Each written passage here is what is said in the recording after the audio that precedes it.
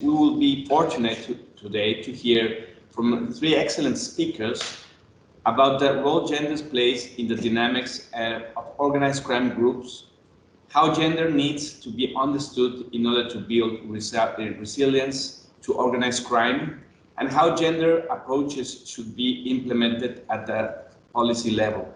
Our first speaker is Cecilia Farfán Méndez, head of the Security Research Programs at the Center for U.S.-Mexican Studies at the University of California, San Diego, co-founder of the Mexico Violence Resource Project, a partnership of GI-TOC and the Center for U.S.-Mexican Studies at the UC San Diego School for Global Policy and Strategy.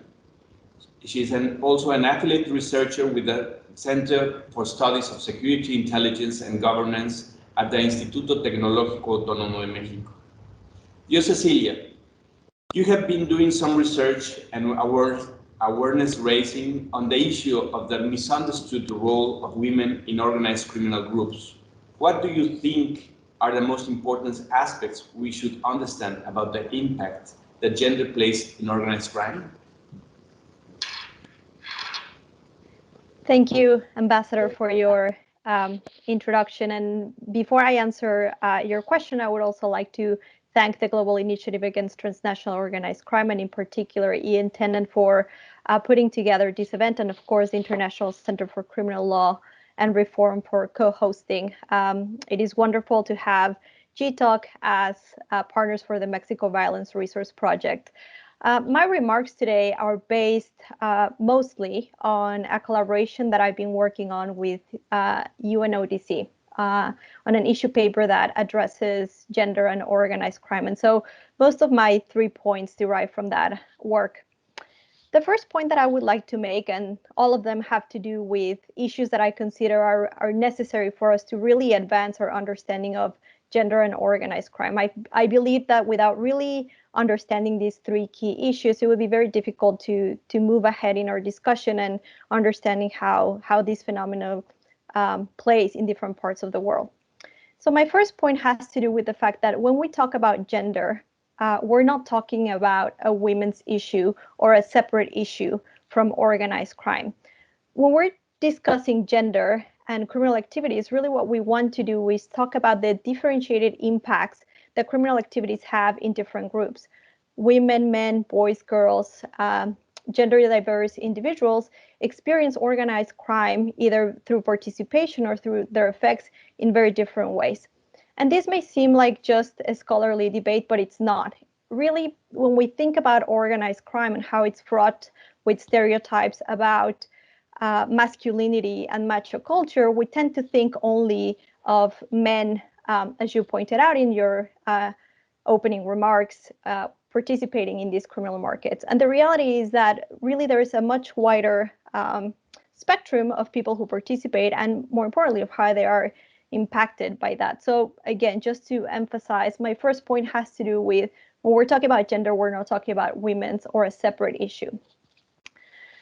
My second point builds on this first one, and this has to do certainly with what you were more directly asking me, which has to do with female participation in criminal groups. And even to this day, what has happened a lot is that we tend to think of women either as passive actors in organized crime, or we tend to think of them as only arriving to criminal activities because of a family relationship or a romantic relationship. And the problem with this is that it really obscures the choice or the agency that women have in participating in organized crime. So this is to say that even if women arrive to this type of criminal activities because of this kinship or love relationships, they still have chosen a particular path. And this is important because, of course, to the extent that we understand the context in which these choices are made, that will also allow us to better understand this phenomenon. And just to illustrate this point, let's think, for example, of a woman who launders money for a criminal organization, and contrast that perhaps with a woman who is an opium grower in some part of the world. Their experiences are going to be very different. How they arrive to that are also varying. So again, to the extent that we can think about these different experiences and the different contexts in which women, but also men and gender diverse individuals make these choices, that will allow us to better understand the phenomenon. This takes me to another point that I would like to make about female participation in criminal groups. If we keep thinking that there are outsiders or that there are exceptions and that they don't really participate because of a choice, we're just going to further exacerbate what I have called the invisibility paradox, meaning basically that they become ideal criminal associates because either law enforcement and the media do not really think that they can participate in criminal activities. So while criminal groups know the value of thinking of women as outsiders to crime, the reality is that policy is not really going to be very effective to the extent, again, that we only think of women in relation to men. My last point has to do with, again, thinking about agency and building on, the first and the second point, and it has to do with really considering that oftentimes, and of course there's a useful reason for this, we tend to think of victims and perpetrators as separate categories. Of course, when it comes to crime, we tend to think as black and white. The reality is that when we look at examples from all over the world, is that these categories are not mutually exclusive, but oftentimes they overlap. And why does this matter? Why does it matter to think that someone may be a victim and also a perpetrator? And so if we take an example of a witness who's collaborating with authorities, it may be the case that this person at one point exercised some position of authority and perpetrated some violence. But it could also be the case that because of its gender, this person may experience violence within the criminal justice system. And so, again, these categories are not mutually exclusive necessarily. And so, to the extent that we can think about the complexity of being both a victim and a perpetrator in the context of organized crime, we will have a much better understanding of what is going on. I mentioned this at the beginning, but I would like to finalize my remarks with this point, so we have plenty of time for Q&A, and also so my colleagues can go into the policy questions. I know some of these points, or perhaps all of them, may have sound just as scholarly debates or just things that interest academics and that are intellectual pursuits. And it is true that they are, but they're not just that. And so if we're not really thinking of gender beyond women, if we're not thinking about the agency that different people exercise in the context of crime, and if we cannot really move from this mutually exclusive separation between victim and perpetrator, we're still going to have very dry and perhaps not as fruitful debates as we should in organized crime and the challenges they represent for governance today. So I'll stop there so my colleagues can proceed with the panel, and thank you again for the time. Thank you very much, Cecilia. I think it's very enlightening what you're saying, particularly this issue of the two categories between victims and perpetrators not being mutually exclusive, and also the issue of invisibility of women that can be exploited by criminals, and how policies can miss track in order to be able to deal with the problem that we have at stage. So now I will be happy to give the floor to Lucia Bird Ruiz Martinez de Lugo. She's a senior analyst at GI-TOC. Lucia researches and writes on a broad range of organized crime types internationally. However, her focus to date has been on human smuggling, human trafficking, drug trafficking, and cybercrime. Lucia, you are today releasing a new report on the Resilience Fund at GI-TOC that looks at the role that gender plays in building community responses to organized crime, entitled Rethinking Resilience, the Role of Women in Community Responses to Organized Crime. Please tell us what are the key lessons that are included in this report. Thank you very much. Thank you very much, Ambassador, for the kind introduction, and thank you also, of course, to the International Centre for Criminal Law Reform and to the GI-TOC. As the Ambassador mentioned, I'll be outlining some of the findings of some recent research that the GI, and particularly under the Resilience Fund umbrella, did into the role of women within resilience responses to organised crime. And this was triggered by the fact that through the Resilience Fund's work, it became increasingly clear across jurisdictions and across different cultures that women have repeatedly been at the forefront of building community resilience to organised crime. And so we needed to understand this a little bit better. And to do so, we engaged across our partners in the Resilience Fund programme to explore this further. And as highlighted by Cecilia, when we talk about gender, we are not only talking about women, and of course, recognizing that gender is non-binary. However, for the purposes of this discussion, I will be focusing on the role of women because this was the specific question shaped by the work in the Resilience Fund.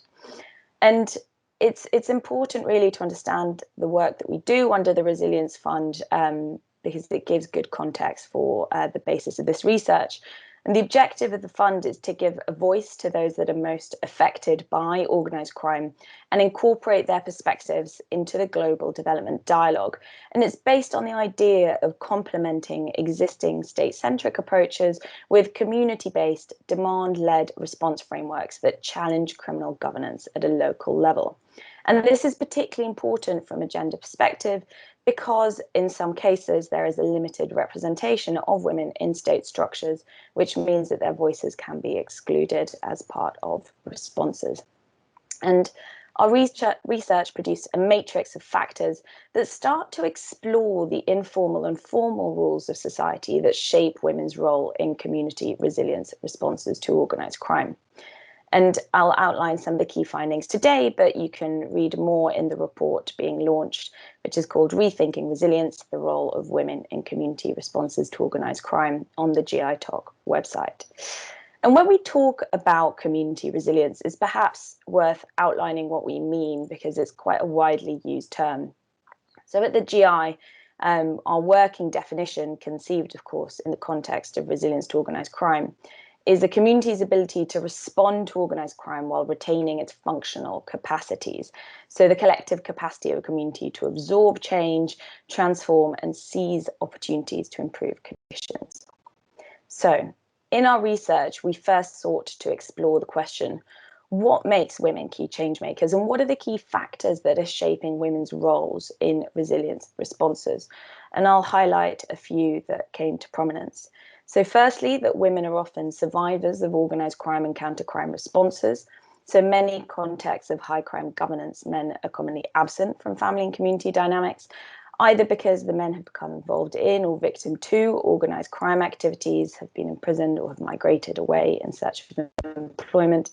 And this repeatedly positions women at the centre of calls for justice for those that they have lost. So they are, for example, fighting this, against silence around those that have disappeared. So we work with a number of initiatives in Mexico, including in the Sinaloa district, where the significant number of missing men in community structures is due to a whole range of factors. And many of these community groups are women-led and they have sprung up to search for those that they have lost, like Sabuesos Guerreras. Secondly, the informal institutions or the norms of society, and in particular the centrality of the women's role in family structures, mean that women can be uniquely placed to advocate for change. So women gain significant social capital from their roles within family structures, particularly as mothers, and they can wield this social capital in building community resilience against organised crime. So, for example, by piercing the culture of silence prevailing or working with youth to break the chains of violence and de-escalate conflict. There is a risk, however, that women can and repeatedly do face aggression for stepping out of place. And the third key factor is that repeatedly women are outside traditional power structures. And here we look at two different power systems. the state, and the criminal counterculture. And I will take each in turn. So within the state, women's social capital within the formal structures is often lower than their male counterparts. So where the state fails its people, it typically fails women worse than men, including in the criminal justice system. And picking up on something that Cecilia mentioned, there are reports across the world, including, for example, women in South Africa who repeatedly report facing sexual abuse from law enforcement when they seek to report a crime. And this can also mean that for women activists or women involved in community resilience responses, they are more vulnerable as state structures may do less to protect them than their male counterparts.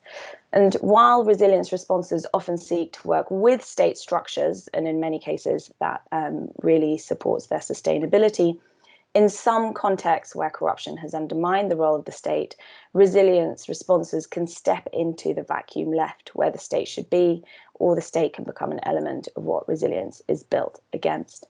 So turning to organised crime and the criminal counterculture, although this obviously hugely varies between jurisdictions, between networks, between areas, many criminal countercultures are misogynistic and can disempower women, which means within these specific microcultures surrounding organised crime in areas of high criminal governance, this can, in some cases, disempower the women that are part of these communities. And that's not to say that there are not some extremely powerful women in the criminal world and that women don't have that agency within networks, but the culture as a whole can be very misogynistic.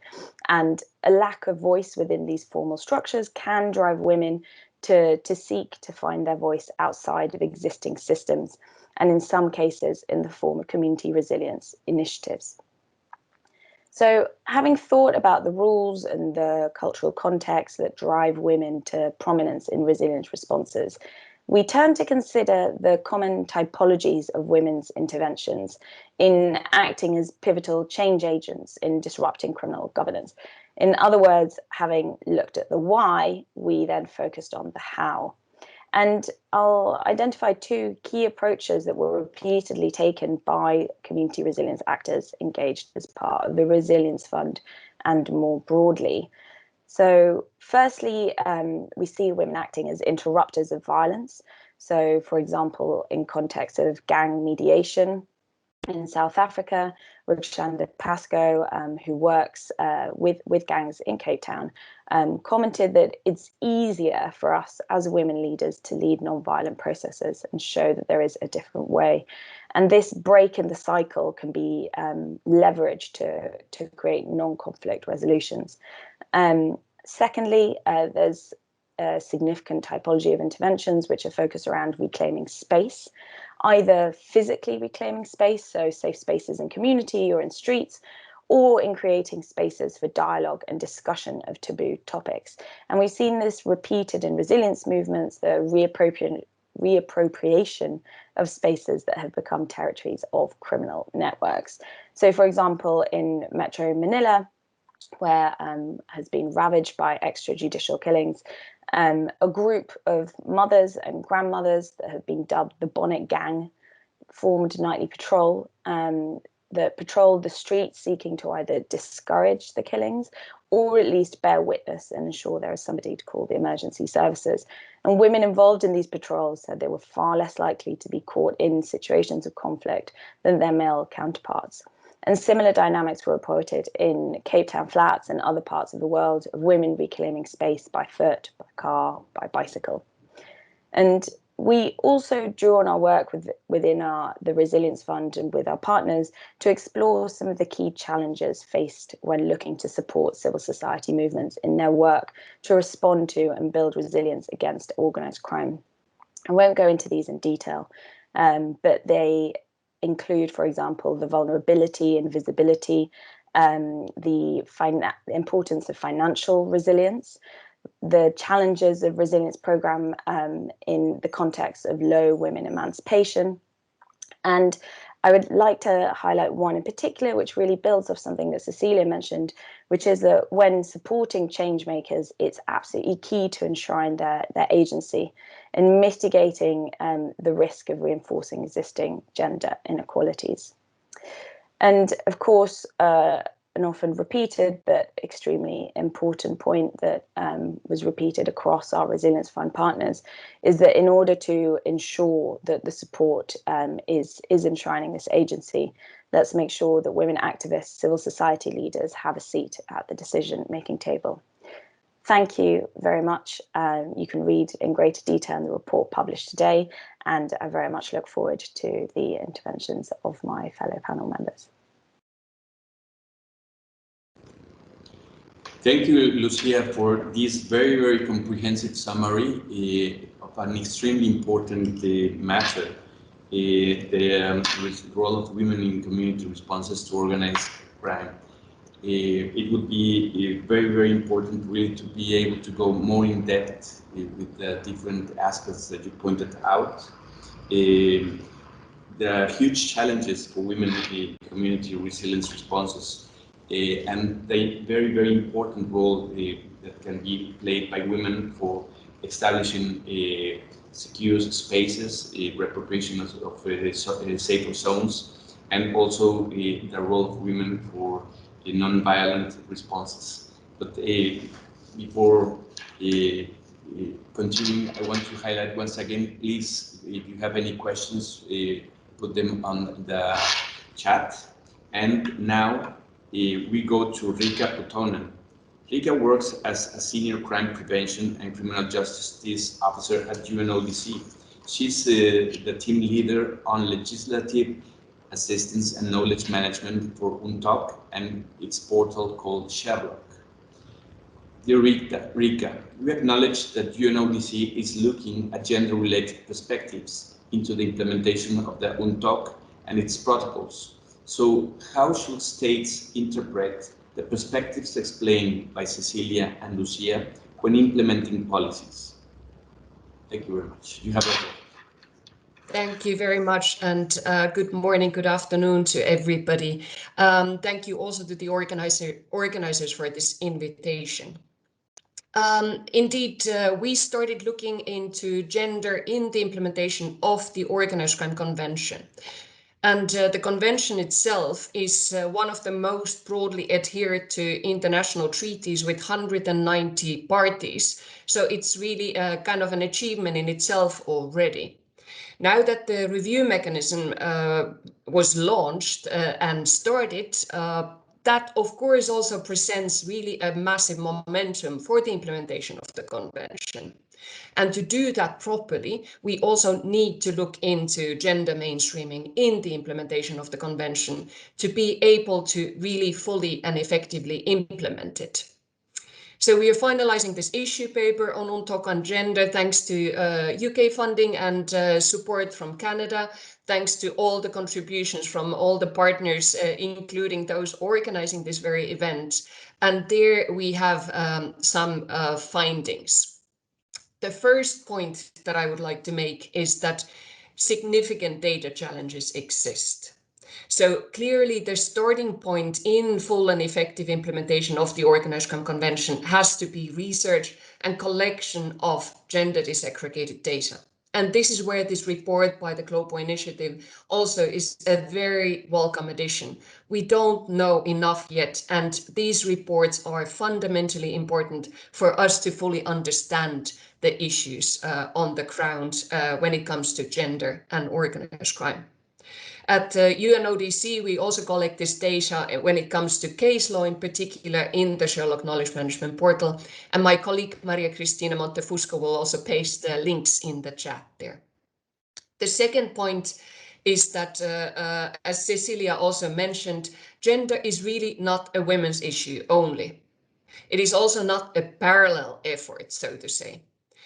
As Cecilia mentioned, women also participate in organized criminal groups. And Lucia also mentioned women have agency too. But when it comes to certain crime types, men may actually be more vulnerable to certain crime types. Let's think about, for example, drug trafficking. Some low-level perpetrators are recruited from vulnerable populations, and they are oftentimes male. So in the issue paper, also we talk about the concept of vulnerable masculinity, which also exists. Of course, then individuals who identify as LGBTIQ plus community also they face a range of additional risks within the criminal justice system.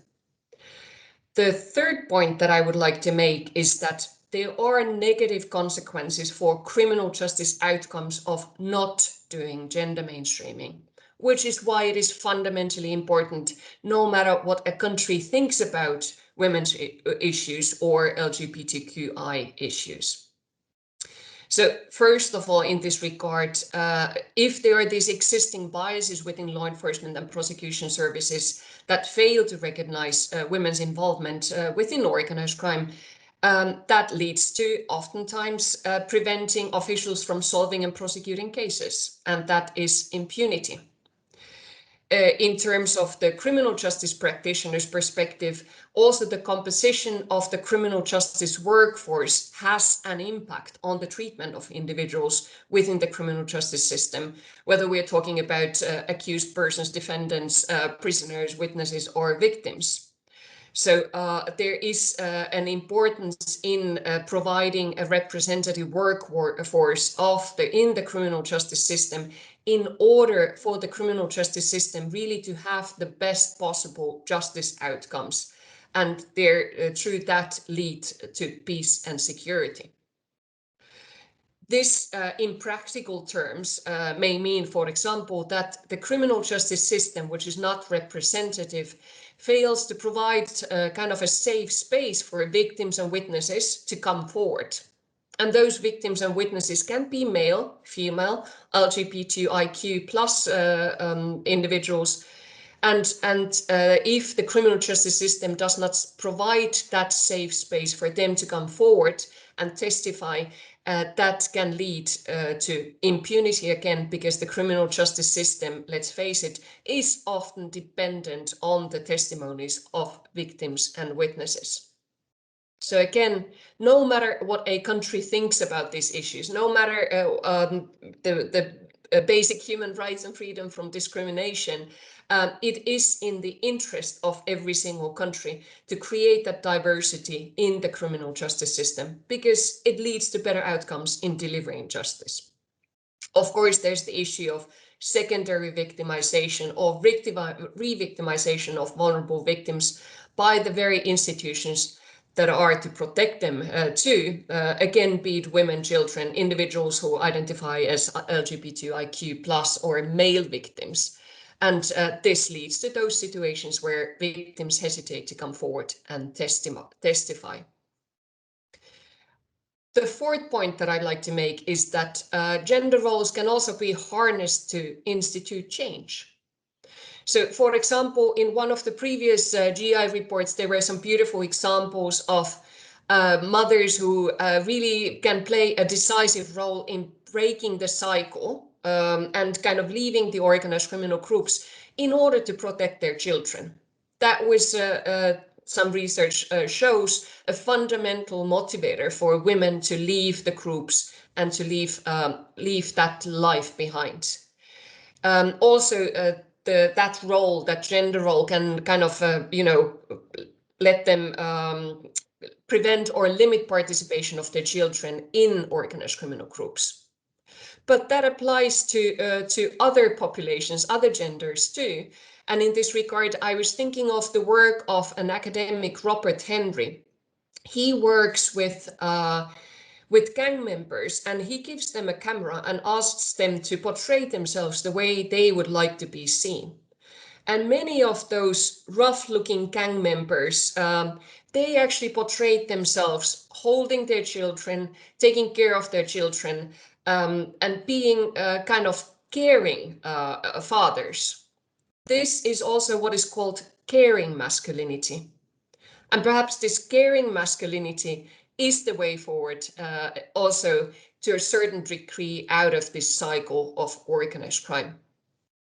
So in order to deliver justice, to really fully and effectively implement the Organized Crime Convention, in formulating and implementing strategies to prevent and combat organized crime, we really have to mainstream gender.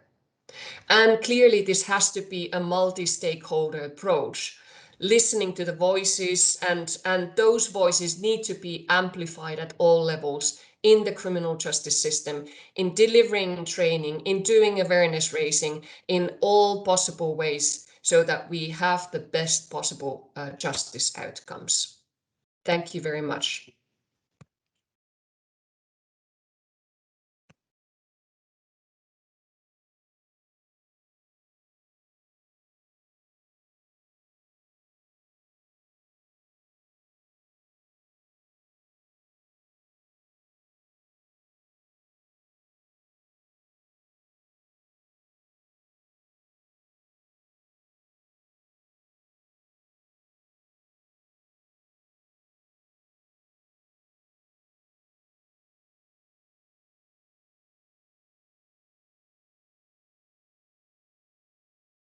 Okay, I'm not sure, maybe the ambassador's having some technical issues, but maybe if people can continue to post questions. Oh, he's back, he's back.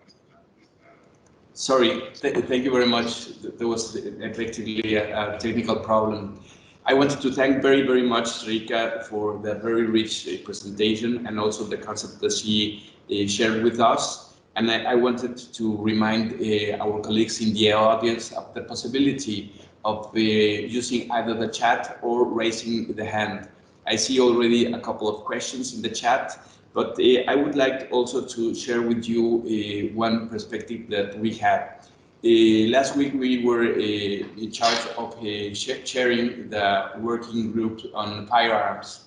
And one of the issues that was raised there precisely was the need to introduce disaggregated data and gender perspectives within this area. And I want to hear about your views of if there's enough link between the findings from these working groups with the work that you are doing now, because I think that there's a huge possibility of complementarity and synergies in order to attend the scope of the role of women in organized crime as well, both as victims and when they are as perpetrators. But thank you very much. So please, if you can go for the questions that are in the chat, as well as the ones that I was very kindly addressed to you. Thank you very much.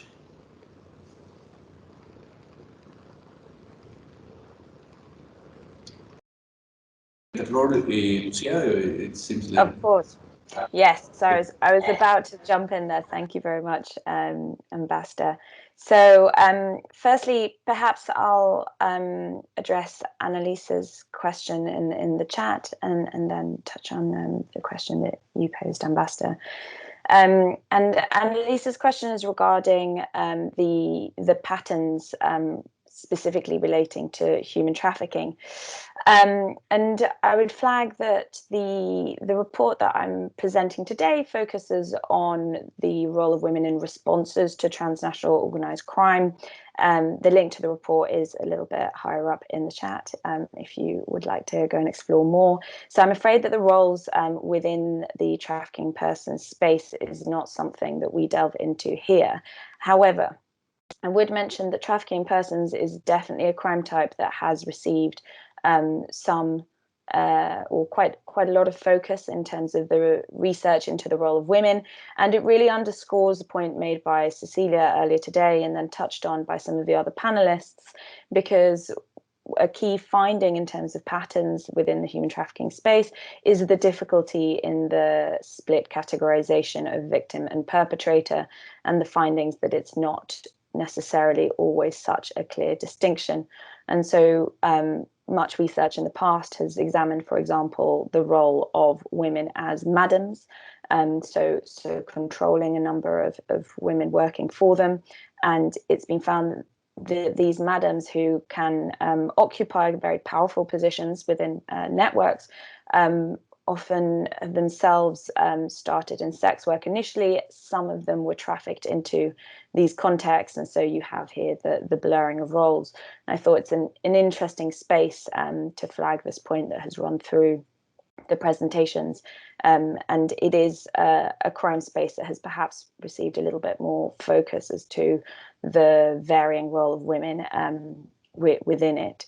I think, Ambassador, you flagged the key challenge in terms of disaggregated data, and it's something that Rika also touched on. And in researching organised crime generally, data is often difficult.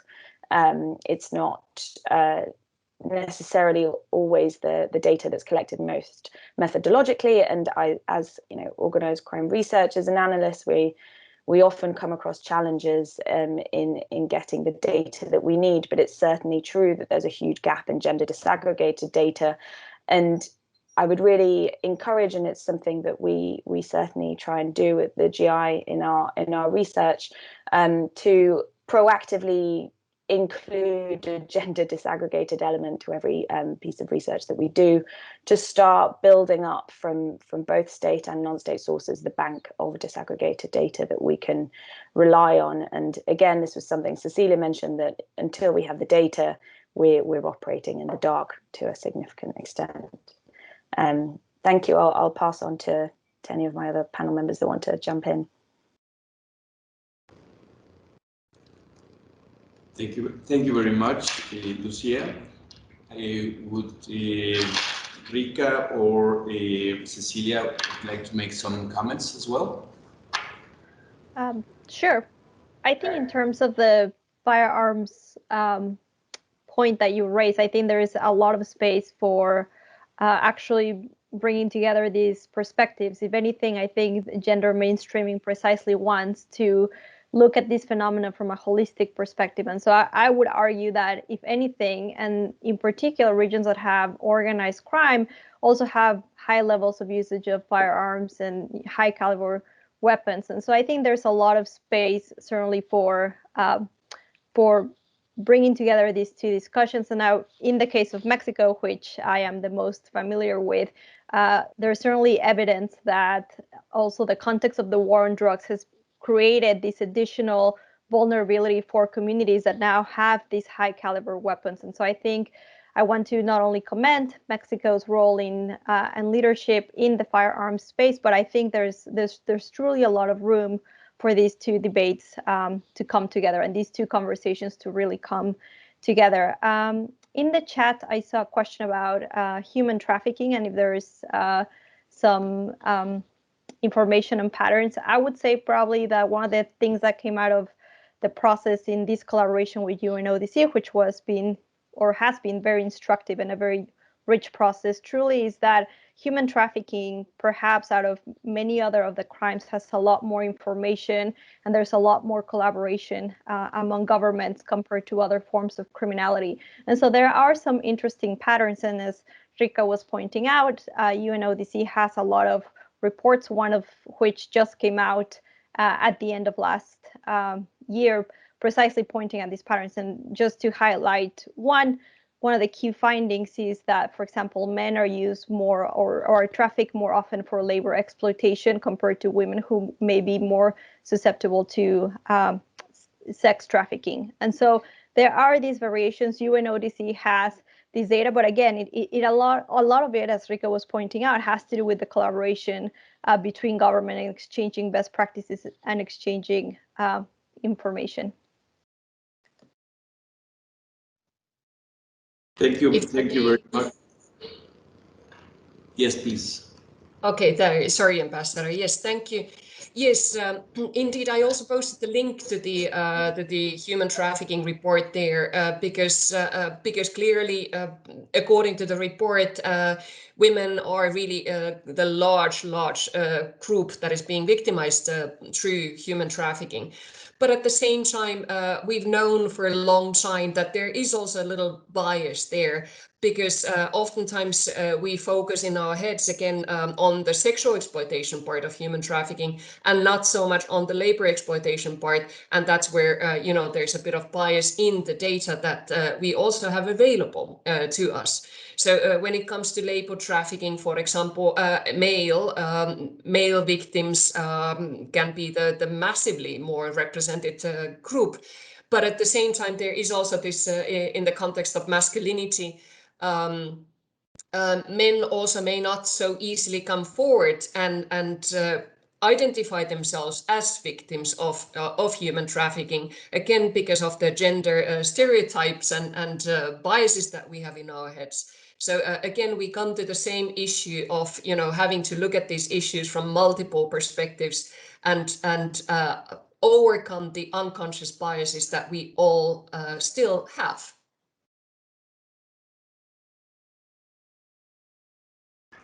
Thank you very much, Rika.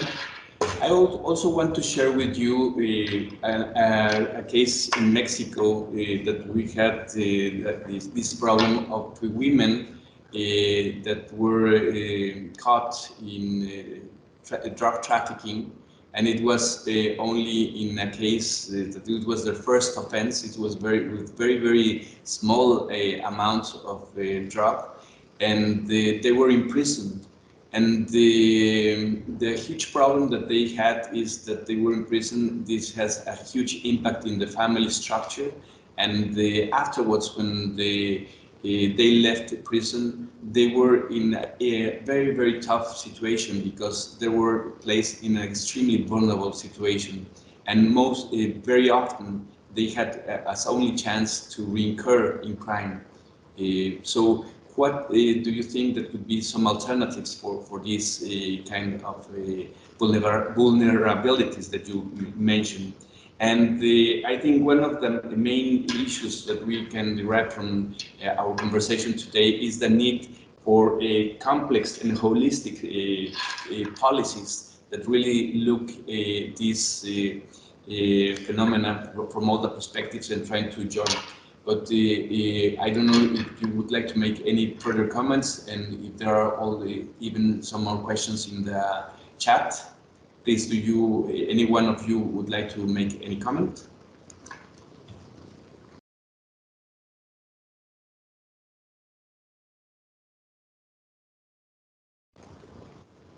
Thank you, Ambassador. I think the point you highlighted of exacerbating existing vulnerabilities by the response of the criminal justice system is a really important one, both in terms of women offenders and male offenders. And I think we've seen across many jurisdictions that very punitive responses to drug use or to being caught with very small volumes can really entrench cycles of crime and violence and really lock people into what were often already highly marginalized structures. And so I think in that context, it's the sensitivity to the vulnerability of not just victims, but perpetrators, and understanding the links between the two and ensuring that the criminal justice responses don't just solidify these cycles of crime for both men and women.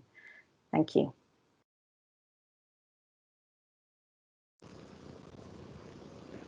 Are there any further comments? If that's not the case, well, to close this side event, I'm going to hand over to Jessica Hahn for her closing remarks. But before, just let me share with you that Jessica is representing our host for today, the International Center for Criminal Law Reform, where she's an associate working on criminal justice, gender, violence, peace building, and transnational justice. Thank you, Jessica, and thank you everyone for joining us in this event, this side event today. You have the floor.